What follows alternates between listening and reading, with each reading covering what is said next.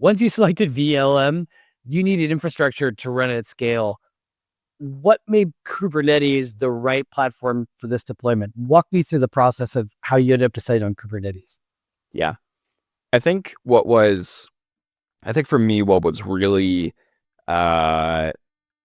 tantalizing about using Kubernetes for this case was not only the compute scaling capabilities where we could, pretty dynamically scale up and down GPU resources that we needed in the cloud to be able to say like, oh, like there's a lot more inference jobs coming in. We need to scale this to, many tens more of GPUs. Oh, there's not a lot happening. We can scale that down.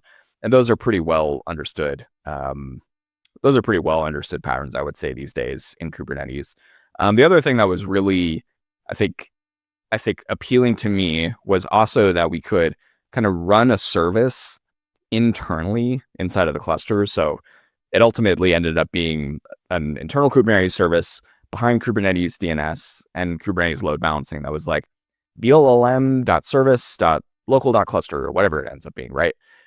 We could hit that internally with our microservices without having to do, a lot of the song and dance of like going through a third-party provider. It was just like all on cluster, which was local and pretty simple ultimately to kind of prove out and then ship. So just good old fashioned, Kubernetes services, which then we could expand, knowingly expand into the future into being a better service mesh, or even using like an internal load balancing, different algorithms and stuff. Because admittingly, Kubernetes internal load balancing, I don't think it's the greatest solution for this. Startup mode, it worked great for us, but we understood that the capability